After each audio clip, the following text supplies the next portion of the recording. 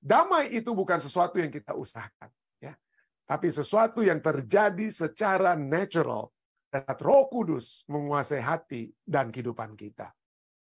Berbahagialah orang yang membawa damai atau menjadi juru damai, peacemakers, for they shall be called sons of God. Tapi mari kita lihat bahwa membawa damai di sini dapat apa? Artinya itu bukan apa?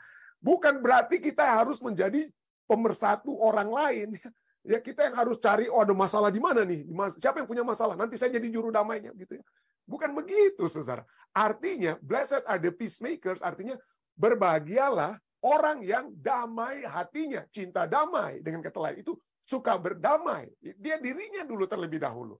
Ya, dapat juga tentu saja kata ini, ya, erenopois itu dapat juga menjadi istilah pembawa damai. Damai itu bukan karena tidak adanya krisis, masalah dalam kehidupan kita. But damai itu oleh sebab adanya apa? Kehadiran Kristus. Pertanyaan terakhir bagi kita menarik sekali, ya. Bagaimanakah kita bisa belajar menjadi pengkhotbah atau pemberita perdamaian yang menentang perselisihan? Bagaimana? Seperti saya katakan tadi, banyak mungkin kita berpikir, aduh, gimana saya menjadi pengkhotbah pemberita perdamaian? Masih berkelahi saya dengan istri saya, dengan suami saya, dengan anak saya. Nggak damai-damai kita. Ini gimana saya mau jadi pembawa berita begitu, pendeta? Nah, itulah pertanyaan pergumulan kita semua mungkin, ya. Jadi, bagaimana kita bisa belajar menjadi pengkhotbah perdamaian yang menentang perselisihan? Untuk situasi apakah pada saat ini Anda dapat membantu membawa pemulihan? Jadi, bagaimana kita dapat memperoleh kedamaian tersebut dan menjadi apa? Memberitakan perdamaian tersebut kepada sesama. Saya katakan, sulit bagi kita untuk menjadi pemberita damai sejahtera. Kenapa? Karena satu statement yang saya baca dan kita dapat lihat, ya, dikatakan bahwa kita hidup di dunia di mana kita mengkhotbahkan seringkali semua, tidak ada presiden dunia yang bicara tuh, oh kita akan berperang atau enggak. Bicara semua apa? Waduh, mengkhotbahkan perdamaian. Tetapi apa? Kita hidup di dunia di mana kita mengkhotbahkan perdamaian, tetapi kita mempraktekkan peperangan. Ujung-ujungnya itu pada umumnya apa? Peperangan. Presiden Amerika Serikat setelah mengalami kampanye yang memecah belah atau memisahkan kelompok satu dan kelompok lain, tapi pada saat biasanya, pada umumnya, pada saat mereka diangkat menjadi presiden, mereka mulai bicara, mari kita sekarang bersatu, ya. Tadinya kita sudah habis-habisan, ya, jor-joran waktu kampanye, tapi sekarang mari kita bersatu, mari kita berdamai. Ya. Tapi prakteknya kemudian bisa berubah, ya. Jadi itulah manusia. Kita bisa ngomong tentang perdamaian, prakteknya perang, bukan damai. Prakteknya perang. Kenapa? Karena ya ini ada yang katakan bahwa perdamaian itu bukan dari seorang presiden, bukan dari satu negara, bukan dari satu pemerintahan, tapi ada yang katakan, oh kita harus berdamai dari dalam diri kita, bukan dari orang atasan, tapi dari dalam masing-masing kita. Dalai Lama misalnya dia katakan, damai, ya, perdamaian, itu harus dimulai dari dalam diri kita masing-masing. Ketika kita memiliki kedamaian batin, kedalaman dari dalam diri kita sendiri, kita bisa berdamai dengan orang-orang di sekitar kita. Kita bisa berdamai. Tentunya betul juga, ya. Kita mungkin kenapa kita tidak bisa melihat perdamaian di dunia ini, ya karena ya masing-masing kita juga tidak bisa berdamai dengan diri kita sendiri. Ya. Kita masih ada peperangan, bukan hanya peperangan di Ukraina atau apa, tapi peperangan dalam batin kita sendiri. Kita sendiri tidak bisa memiliki perdamaian dalam diri kita. Itulah sebabnya Dalai Lama bilang, ya coba miliki perdamaian. Pertanyaannya, kalau menurut Dalai Lama, mungkin kita harus dengan yoga, bersemedi atau apa, ya. Tapi kita sebagai umat Kristen, mari kita lihat, ya, bahwa perdamaian itu bukan sesuatu yang dapat kita lakukan. Kita tidak bisa beryoga untuk dapat meditasi dengan mengosongkan diri dan lain sebagainya. Bukan. Dan betul, kita harus berdamai dengan diri kita, tapi inilah yang paling sulit. Ya. Kenapa? Karena secara natural kita itu bukan pendamai. Dan secara natural, ya, pada saat Tuhan saja datang kepada Adam dan Hawa pada saat mereka jatuh dalam dosa, gampang untuk terjadi ada perdamaian antara Adam dan Hawa, tapi apa yang terjadi pada saat Tuhan tanya, kenapa kamu buat ini? Wah, saling tuduh-menuduh masing-masing, ya. Ada apa? Tidak ada yang suka ingin damai yang dibawa oleh dalam diri manusia. Manusia pada umumnya setelah kejatuhan, setelah dosa, kita tidak bisa memiliki inner peace. Kenapa? Ya, kembali lagi saya tanya ahli-ahli. Ya, kita sukar berdamai dengan diri kita sendiri. Kenapa? Karena misalnya seringkali ada konflik batin. Ya. Ada konflik batin. Kita mengalami konflik batin antara keinginan kita, nilai-nilai keyakinan kita. Kita tahu apa firman Tuhan, tapi begitu lihat istri, begitu lihat suami, begitu lihat tetangga, begitu lihat anggota gereja, aduh, Tuhan bilang mesti damai, tapi ini orang ini menyakiti saya. Jadi ada konflik batin, ada pikiran dan emosi yang saling bertentangan, dan ini dapat menciptakan kekacauan dan menghambat kedamaian dalam batin kita. Adanya konflik dalam batin. Trauma dan sakit hati masa lalu. Trauma masa lalu yang belum terselesaikan, sakit hati dan kebencian, dapat terus memengaruhi kesejahteraan emosional kita dan mempersulit untuk menemukan kedamaian dalam diri kita sendiri. Aduh, ini saudara ini dulu dia menyakiti. Aduh, suami saya dulu pernah bikin begini, istri saya pernah bikin begini. Akhirnya nggak bisa damai-damai kita dalam diri kita sendiri. Karena ada trauma masa lalu dan sakit hati masa lalu. Kita juga seringkali kita tidak dapat berdamai karena kita seringkali mengkritik diri kita sendiri. Ya terlalu berlebihan, kita kira, aduh kamu ini memang, apalagi setan sudah bisa, kamu itu orang berdosa, dosamu itu begitu hebat, nggak bisa kamu jadi benar. Ya, kita sering bicara diri yang negatif. Ya.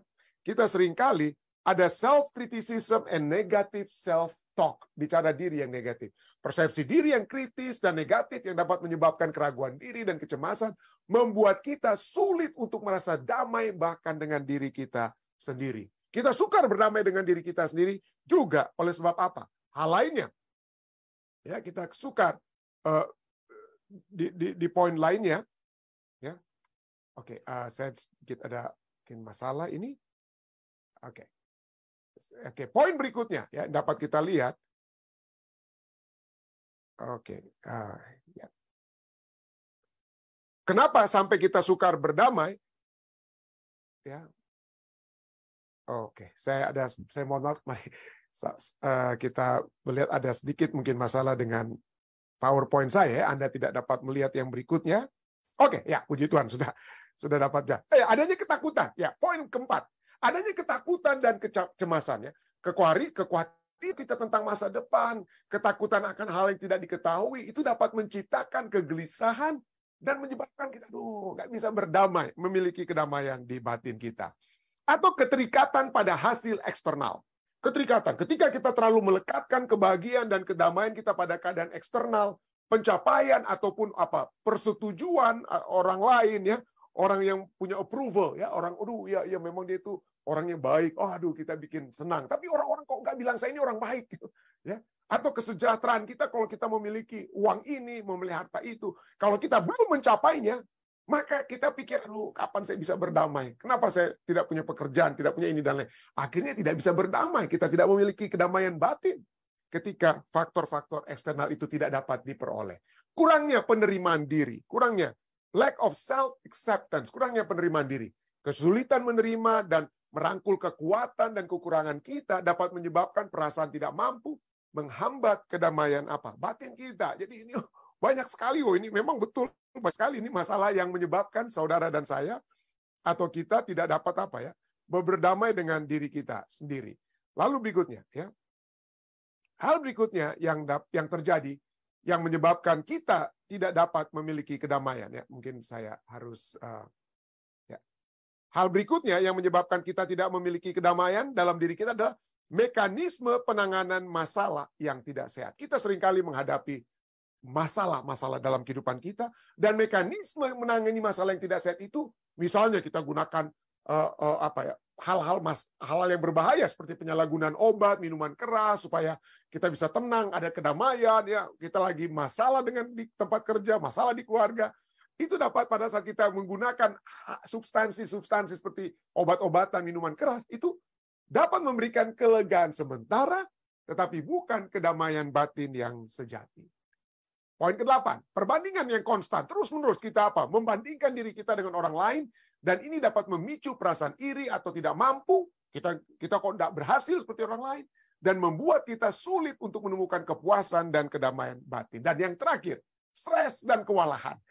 Stres dan Stres dan kewalahan. Tingkat stres yang tinggi dan kesibukan yang terus-menerus dalam dunia yang serba cepat ini ya, dapat menyisakan hanya sedikit ruang untuk kita merefleksi diri dan untuk memperoleh kedamaian batin. Ya, sehingga jadi inilah ya, bagaimana dengan keadaan seperti yang saya baru simpulkan tadi. Dapatkah kita memiliki kedamaian? Ya, dengan sesama, waduh, sedangkan dengan diri kita sendiri susah, apalagi dengan sesama. Ya. Dan dunia diisi dengan orang-orang yang mencoba untuk mencari kedamaian. Dan itu ada film-film, ada buku-buku, ya, ada film-film orang bagaimana caranya untuk mendapatkan kedamaian batin. Ya, ada orang bicara tentang wah harus ada cakra. Cakra itu artinya apa? Inner light, ya, terang dari dalam diri kita yang dapat membawa kita untuk dapat memperoleh kedamaian batin, ya. Kedamaian batin. Jadi ini yang sering terjadi, ya. Jadi ini kita orang-orang selalu ingin mencoba untuk mencari kedamaian tersebut, ya. Untuk mencari kedamaian. Nah, tapi mungkin kayaknya tidak mungkin, ya. Kalau seperti saya katakan tadi, tidak mungkin bagi dalam diri kita untuk memperoleh kedamaian tersebut. Dari dalam diri kita tidak bisa. Tidak bisa. Tapi mungkin ada yang bertanya, oh pendeta, kalau kita tidak bisa, kenapa firman Tuhan seakan-akan mengatakan kita harus menjadi juru damai atau membawa damai? Berarti kita sudah bisa memiliki kedamaian diri dong, pendeta. Matius 5 ayat 9 katakan, berbahagialah orang yang membawa damai atau menjadi juru damai. Bahasa Inggrisnya peacemaker, ya. Berbahagialah orang yang membawa damai atau memperdamaikan, karena mereka akan disebut anak-anak Allah. Jadi, jadi maka itulah banyak orang pikir berdasarkan ayat ini, wah marilah kita jadi juru damai. Ya, jadi kita, karena kita mungkin, ada orang begitu ya, dia tidak bisa berdamai dengan dirinya sendiri, dia tidak bisa memiliki perdamaian dengan anggota keluarganya. Tetapi kalau di luar, supaya dia punya perasaan itu enak begitu, ya dia coba-coba untuk damai-damaikan orang. Ya, coba-coba untuk mendamai-damaikan orang. Nah, apa masalahnya dengan hal tersebut? Saya nggak mau bilang apa masalahnya, tapi mari kita lihat Alkitab yang bilang. Ya, Alkitab katakan, kalau kita mau jadi juru-juru damai di luar, ya, ini ada masalah. Ya. Amsal 26 ayat 17 katakan orang yang ikut campur, yang terlibat, meddle bahasa Inggrisnya. Ya. Orang yang ikut campur dalam pertengkaran orang lain adalah seperti orang yang menangkap telinga anjing yang berlalu. Jadi hati-hati. Boleh jadi juru damai, tapi mungkin jangan apa ya? Mungkin harus pertama-tama kita memiliki damai yang sesungguhnya, ya. Tapi kalau cuma mau ikut-ikut campur dalam pertengkaran orang lain, itu bagaikan kita menangkap telinga anjing yang berlalu. Anda akan digigit. Anda akan digigit. Dan inilah kesaksian dari Benjamin Franklin, salah seorang tokoh di Amerika Serikat yang pada tahun 1780 pendiri Amerika Serikat, ya, dia katakan, saya tidak pernah, I have never known a peace made. Saya tidak pernah mengenal sebuah perdamaian, bahkan yang paling menguntungkan atau perdamaian yang terbaik, yang tidak dikecam karena tidak memadai. Ya. Yang tidak dikecam karena tidak memadai. Jadi kita mau damaikan Palestina atau Israel, kalau kita Amerika mau coba damaikan, itu selalu ada yang kecam. Entah itu orang siapalah. Jadi walaupun pemimpin Palestina, pemimpin Israel itu saling jabatan tangan, tetap saja itu nggak akan pernah beres katanya. Dan ini sudah dikatakan oleh Benjamin Franklin itu ratusan tahun sebelumnya, ya. Semua perdamaian dengan kata lain tidak memadai. Dan pembawa damai seringkali apa? Dan pembawa damai itu dikutuk sebagai orang yang tidak benar atau korup. Berbahagialah orang yang membawa damai, saya kira itu adalah untuk dipahami di dunia lain. Karena dalam dunia kita, mereka atau pembawa damai itu lebih sering dikutuk. Pembawa damai sering sering dikutuk, ya. Jadi itulah kalau kita mencoba mendamaikan orang lain, seringkali yang dapat terjadi adalah apa, ya? Kalau kita mencoba untuk mendamaikan, kita seringkali juga kena kutuknya, kita yang kena batunya, kena masalahnya, ya. Kenapa? Karena mungkin yang terbaik yang dapat kita lakukan, yang dapat terbaik adalah membawa yang bertengkar itu supaya dihadapkan kepada juru damai yang sejati, bukan kita sebagai umat manusia. Saya mencoba mendamaikan kedua belah pihak. Satu pihak pilih, pendeta Rantung ini pilih kasih nih sama yang si A, atau dengan si B dan lain sebagainya. Jadi berabe, ya. Tapi mari kita bawa diri kita semua, termasuk saya yang di tengah itu dengan lain, kepada Yesus. Kenapa? Karena firman Tuhan katakan hanya Dialah yang mempersatukan kedua pihak. Efesus 2:13-14 katakan, dalam Kristus Yesus kamu dahulu jauh sudah menjadi dekat oleh darah Kristus. Karena Dialah damai sejahtera kita. Bukan pendeta Rantung, bukan siapa-siapa. Dialah damai sejahtera kita yang telah mempersatukan kedua pihak dan yang telah merubuhkan tembok pemisah, yaitu perseteruan. Kalau kita disatukan, didekatkan dengan Kristus, Maka disitulah kita apa? Disitulah kita dipersatukan, diperdamaikan. Ya. Jadi bagaimana dong? Apa itu pemahamannya? Kita sudah pernah bahas dulu, saya pernah singgung ya. Tapi mari kita ulangi kembali. Apa artinya, kita harus menjadi juru damai, pendeta? Matius 5:9 sudah katakan, berbahagialah orang yang membawa damai, karena mereka akan disebut anak-anak Allah. Jadi kalau saya tidak jadi juru damai, saya nggak disebut anak-anak Allah dong, pendeta ya. Tapi mari kita lihat, apa arti ayat ini.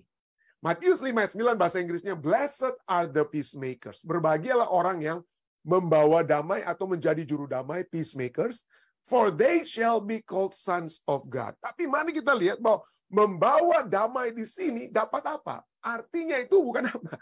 Bukan berarti kita harus menjadi pemersatu orang lain. Ya kita yang harus cari, ada masalah di mana nih? Siapa yang punya masalah? Nanti saya jadi juru damainya gitu ya.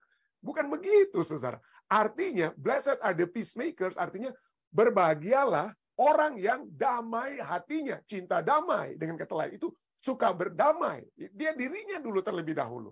Ya, dapat juga tentu saja kata ini, ya erenopois, itu dapat juga menjadi istilah pembawa damai. Dan seringkali, translator Alkitab ini yang dia tulis, pembawa damai itu. Seakan-akan kita yang menjadi di tengah-tengah orang yang sedang berantem. Ya. Nah ini masalahnya kenapa saya katakan, karena kata yang ini, kata eirenopoios ini cuma satu kali muncul di Alkitab, namanya itu hapax legomenon. Artinya hapax legomenon, kita tidak bisa bandingkan dengan apa? Dengan translation lainnya. Seringkali kalau kita lihat ada satu kata yang sulit, katanya ini artinya apa ya? Mari kita bandingkan pada saat kata itu muncul di ayat lain. Itu rupanya. Artinya rupanya itu ya. Tapi khusus untuk kata ini, di dalam Matius 5:9 dia cuma satu kali muncul. Jadi banyak orang bingung, terjemahannya itu gimana itu ya? Terjemahan. Tapi bagi kita yang mempelajari firman Tuhan, kita selalu ingat ya, kita harus melihat konteks ayat tersebut. Itu gugusannya itu di gugusan apa? Ya, pada saat itu ditulis itu dalam keberadaannya itu ayat-ayat sebelumnya itu bicara tentang apa? Jadi kalau kita lihat sebelum Matius 5:9 yang tadi kita baca sebagai juru damai, ya, apa dikatakan? Berbahagialah, Matius 5:7. Ini firman Tuhan, katakanlah, berbahagialah orang yang murah hatinya karena mereka akan beroleh kemurahan. Ayat berikutnya, ayat 8. Berbahagialah orang yang suci hatinya karena mereka akan melihat Allah. Seharusnya erenopoios tadi itu bukan diterjemahkan sebagai juru damai, tapi apa? Berbahagialah orang yang damai hatinya. Sama seperti Matius 5:7 berbicara tentang murah hati. Matius 5:8 berbicara tentang suci hati. Matius 5:9 seharusnya terjemahannya adalah berbahagialah orang bukan yang membawa damai atau menjadi juru damai, tetapi berbahagialah orang yang damai hatinya. Karena mereka akan disebut anak-anak Allah. Artinya, kita bukan jadi orang yang apa? Suka garang, suka marah-marah. Berbahagialah orang yang yang berbahagia itu orang yang damai, walaupun seperti Yesus diludahi, tenang ya. Dia dianiaya, tetap dia memiliki kedamaian. Walaupun itu berat, Saudara. Yesus itu mengalami begitu banyak hal-hal dari luar yang seharusnya seperti kita katakan tadi, kita lihat tadi, banyak orang tidak memiliki kedamaian karena masa depannya ini gimana nih? Bagaimana kalau saya apa? Orang-orang ngomongin saya ini tentang saya ini gimana? Kita seringkali nggak punya kedamaian karena kita mau orang ngomongnya yang baik. Tapi Yesus banyak yang ngomongin jelek tentang Yesus. Dicerca dia oleh orang imam-imam dan lain sebagainya. Ya, dia tidak memiliki rumah yang besar yang membuat dia bisa, saya damai hati saya karena saya punya rumah, saya punya banyak uang. Yesus nggak begitu, saudara. Ya, tapi dalam keadaan apapun, walaupun dia berada di dalam apa? Di dalam perahu yang sedang terombang-ambing dengan badai yang besar, dia bisa tidur tenang ya. Kenapa? Karena damai hatinya dia. Kalau kita berada dalam perahu yang dihantam badai, waduh kita nggak ada damainya, kita stres, mau mati kita. Tapi itulah Yesus katakan. Ya. Bahagialah orang yang damai hatinya. Damai hatinya. Karena mereka akan disebut anak-anak Allah, walaupun dia dianiaya atau di lain sebagainya. Dia tetap tenang. Ya, dia tetap tenang. Ya. Itulah sebabnya ya. Berbahagialah orang murah hatinya. Jadi keadaan ayat-ayat ini menyatakan bahwa apa yang sedang dinyatakan kebahagiaan itu adalah sesuatu keadaan dari dalam, bukan sesuatu yang kita mau lakukan. Kita mau melakukan perdamaian, mendamaikan Israel, Palestina, dan lain sebagainya. Oke. Tapi ini ayat ini berbahagialah orang miskin di hadapan Allah. Berbahagialah berikutnya orang yang berduka cita, semua ya. Jadi itu berarti keadaan keadaan dari dalam, bukan perbuatan luar yang kita buat. Jadi bukan berbahagialah orang yang mendamaikan orang lain atau menjadi juru damai, bukan. Tapi berbahagialah orang yang mencintai kedamaian atau yang damai hatinya. Dan bagaimana supaya kita dapat memiliki hati yang damai? Itu tidak dengan pada saat kita memiliki harta ini, memiliki pujian-pujian ini, memiliki bukan ya. Bukan karena apa yang terjadi, tetapi apa yang Allah berikan kepada kita. Allah sumber damai. Yesaya 9 ayat 6 berbicara tentang nubuatan tentang kelahiran Yesus. Yesus sebagai raja damai. Dialah raja. Makanya malaikat-malaikat pada saat malaikat datang kepada kepada gembala-gembala di padang, peace on earth, damai diberikan kepada seluruh dunia. Kenapa? Karena Yesus sudah lahir. Ya. Roma 15 ayat 13 kemudian katakan, semoga Allah sumber pengharapan memenuhi kamu dengan segala sukacita dan damai sejahtera. Kenapa? Kita tidak bisa memenuhi kedamaian itu bagi dalam diri kita sendiri. Hanya Allah. Ya. Hanya Allah yang dapat memenuhi bagi kita. Kenapa? Karena Dia, Yesus Kristus adalah sumber. Semoga Allah, Roma 16 ayat 20 katakan, semoga Allah, sumber damai, sejahtera, akan menghancurkan iblis di bawah kakimu. Kasih karunia Yesus Tuhan kita menyertai kamu. Jadi Allah itulah sumber damai. Bukan diri kita. Bukan karena kita dapat ini. Bukan karena masa lalu kita sudah diselesaikan. Dendam kita sudah selesai dan lain sebagainya. Bukan. Allah sumber damai kita. 1 Tesalonika 5 ayat 23. Semoga Allah damai sejahtera menguduskan kamu seluruhnya dan semoga dan seterusnya ya. Jadi itulah, supaya kita memiliki damai hati, supaya kita memiliki hati yang damai, kita harus minta kepada sumber damai yang akan memberikan kepenuhan.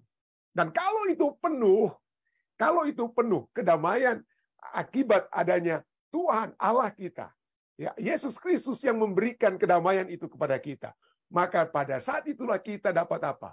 Berbuah.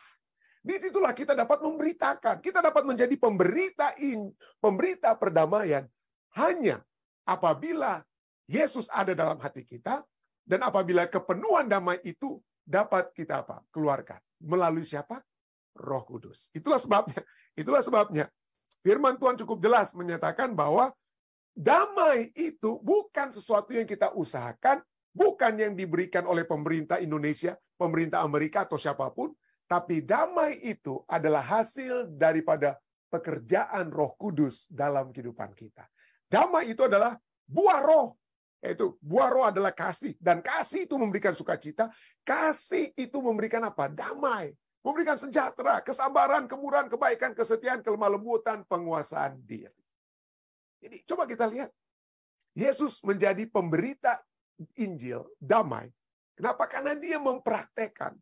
Walaupun dalam keadaan apapun, Dia memiliki kesabaran. Yesus memiliki kemurahan, kebaikan, kesetiaan, kelemah lembutan. Yesus memiliki penguasaan diri. Dan disitulah juga Yesus memiliki damai. Ya. Kalau saudara dan saya ingin menjadi pemberita Injil, maka kita harus menjadi orang yang yang damai. Dan kalau damai sejahtera itu menjadi bagian kita memiliki kesabaran. Orang yang marah-marah itu mungkin kesabarannya ataupun damainya itu belum selesai atau belum penuh mungkin ya. Masih marah-marah, masih belum sabar. Masih belum memiliki kebaikan, kesetiaan, belum memiliki kelemah lembutan, penguasaan. Kedamaian itu belum. Jadi kita harus bersekutu dengan sumber damai kita. Dan buah roh itu bukan usaha kita, itu akan apa? Itu akan menjadi secara otomatis menjadi bagian kita. Keluar dengan sendirinya. Jadi damai itu bukan sesuatu yang kita usahakan, ya, tapi sesuatu yang terjadi secara natural saat Roh Kudus menguasai hati dan kehidupan kita. 1 Yohanes 1 ayat 6 katakan, jika kita katakan bahwa kita beroleh persekutuan dengan Dia, kita katakan, saya sudah menerima Yesus dalam Yesus. Namun kita hidup dalam kegelapan, kita berdusta. Dan kita tidak melakukan apa? Kita tidak melakukan kebenaran. Bersekutu dengan Kristus untuk mendapat perdamaian, untuk mendapatkan hati yang damai, atau bahkan juga setelah kita dapat kita bisa membawa orang kepada Kristus, tapi pertama-tama yang harus kita lakukan apa? To be peacemaker, untuk menjadi pembawa damai atau menyalurkan damai kepada orang lain, seperti kita yang sudah menerimanya. You must know, menurut Billy Graham, you must know the peace giver. Kita harus mengetahui siapa? Yesus. Nah, karena itulah janji Yesus ya. Kita sudah baca 11:30 dia katakan, semuanya ini kukatakan kepadamu supaya kamu beroleh damai sejahtera dalam aku. Bukan dalam apa-apa yang membuat kita damai, tapi kedamaian itu dalam Kristus. Itulah sebabnya saya katakan, damai di dunia ini tidak akan bisa berakhir. Kenapa? Karena tidak ada Kristusnya. Terus terang. Ini yang firman Tuhan katakan. Ya. Damai sejahtera itu hanya dalam aku, Yesus bilang. Dalam dunia kamu menderita penganiayaan. Yesus alami penganiayaan, menghadapi masalah. Tetapi kuatkanlah hatimu. Aku telah mengalahkan dunia. Walaupun aku tidak mengalami hal-hal yang menurut manusia dapat memberikan kedamaian, tapi aku mengalaminya. Aku telah mengalahkan dunia. Ya, dalam satu persekutuan dengan Bapa dan Roh Kudus, dia telah memperoleh. Jadi, peace, kedamaian, itu bukan berarti karena Anda tidak lagi memiliki krisis-krisis dalam kehidupan kita. Peace is not the absence of Christ. Damai itu bukan karena tidak adanya krisis, masalah dalam kehidupan kita. But damai itu oleh sebab adanya apa? Kehadiran Kristus. Peace is the presence of Christ. Kalau ada kehadiran Kristus dalam kehidupan kita memiliki shalom, damai yang sesungguhnya. Yohanes 14:27 kita lihat. Damai sejahtera ku tinggalkan bagimu. Ditawarkan kepada saudara dan saya. Kita dapat memiliki damai tersebut ya. Damai sejahtera tinggalkan bagimu. Damai sejahtera ku berikan kepadamu.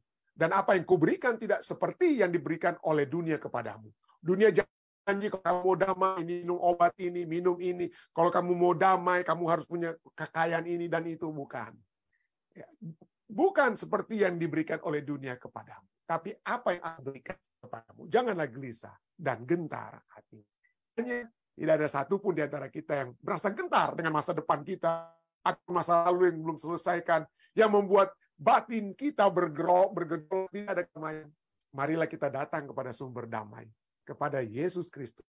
Dia sudah memberikan damai tersebut. Tinggal kita ambil. Dekatkan hidup kita dengan Kristus.